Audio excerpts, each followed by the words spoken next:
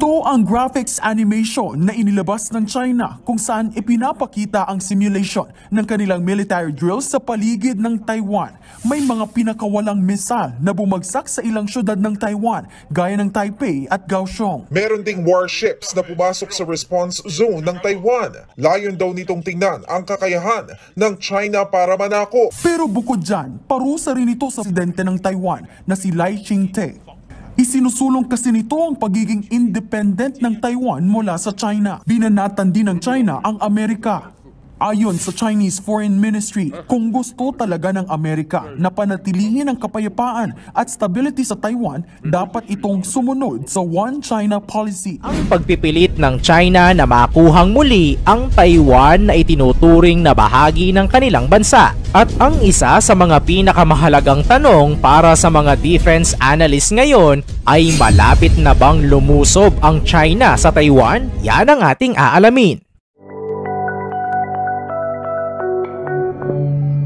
Bukod sa mga dilubyong baha at ulan na naganap kamakailan sa iba't ibang lugar sa mundo, matinding tensyon pa rin ang patuloy na nabubuo sa South China Sea. Lalo na ang panghaharas ng China sa Pilipinas at ang pagpipilit ng China na makuhang muli ang Taiwan na itinuturing na bahagi ng kanilang bansa. At ang isa sa mga pinakamahalagang tanong para sa mga defense analysts ngayon ay malapit na bang lumusob ang China sa Taiwan? Dambuhalang bansa kung ituring ang China laban sa Taiwan, pero wag ismolin ang Taiwan. Dahil maraming malalakas na bansa ang tumutulong at sumusuporta sa kanila, gaya na lamang ng Amerika.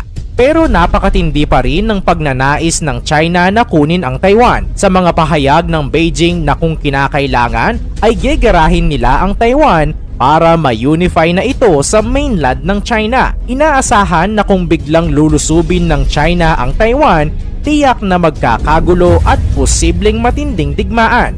Isa pa, ang Taiwan ay napakalapit lamang sa Pilipinas at tiyak na madadamay talaga ang ating bansa at matinding backup ang gagawin ng Amerika sa Taiwan. Bakit ba ayaw tumigil ng China sa pagkuha at pagsakop sa Taiwan? Napaka-importante para sa China na masakop ulit ang Taiwan dahil naniniwala ang mga opisyal ng China na mapapaangat palalo nila ang ekonomiya ng kanilang bansa at posibleng tanghalin ang China na pinakamayamang bansa sa buong mundo dahil halos kaunti na lang naman ang lamang ng Amerika sa kanila sa larangan ng pinakamayamang bansa in terms of GDP per nominal. Ang totoo, ang Taiwan ay isang napakagandang lugar para sa daungan sa kalakalan. Kaya nga itinuturing itong pinaka-strategic na isla sa 21st century at gagawin ang lahat ng China makuha lamang ito. At kung iisipin bakit ganoon na lamang ang pagprotekta ng Amerika sa Taiwan, kaya naman hindi na nakapagtataka na maraming military officials ng China na nagagalit sa mga bansang tumutulong at sumusuporta sa Taiwan. Nagbigay ang Chinese general na si Zhang Yuxia ng isang nakakatakot na babala sa mundo.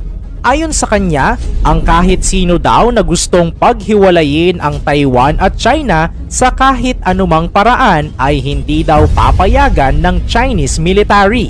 The military would show no mercy against the island.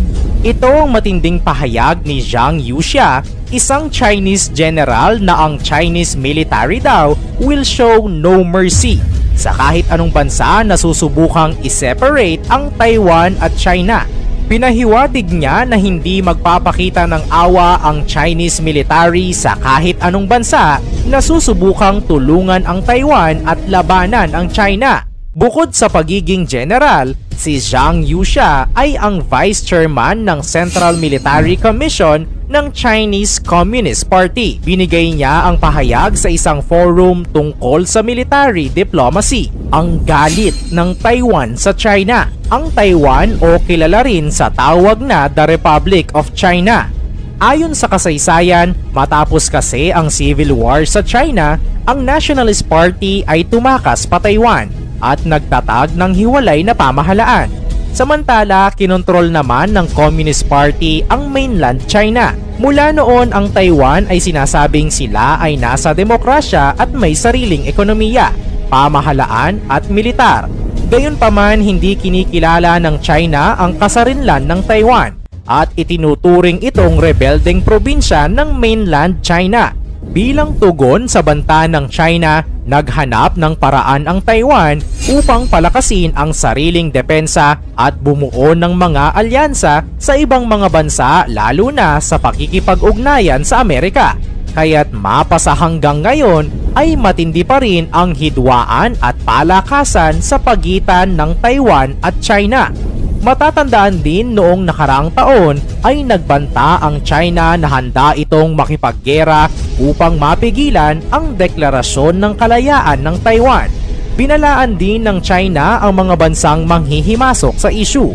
Bukod sa ibang pinag-aagawang teritoryo, sinasabi ng mga dalubhasa na ang bansang Taiwan ang posibleng maging dahilan ng isang matinding digmaan sa pagitan ng China at Amerika. At bukod sa Taiwan, mas mainit pa rin ang tensyon ng China at Pilipinas sa West Philippine Sea. Maaalala rin natin na sinabi ni Xi Jinping na pinaghahanda niya ang kanyang mga sundalo sa posibleng pagkakaroon ng military conflict sa dagat. Sa kabila ng panghaharas at pambubuli ng China sa sarili nating teritoryo, hindi nyo ba naitanong bakit malakas ang loob ng China na gawin iyon? Bakit nga ba ginawa ito ng Chinese Coast Guard? Ayon sa paulit-ulit na pahayag ng China, ginawa lamang daw nila ito dahil nang himasok daw ang Pilipinas sa sakop nilang isla na Wangyan Island na tinatawag nating Panatag Shoal na sakop pa rin ng ating teritoryo sa West Philippine Sea. At talagang nanindigan pa ang China sa kanilang ginawa at sinabing in-expel daw talaga nila ang mga barko ng Pilipinas sa Scarborough Shoal at hindi daw tumutupad ang Pilipinas sa kasunduan sa China.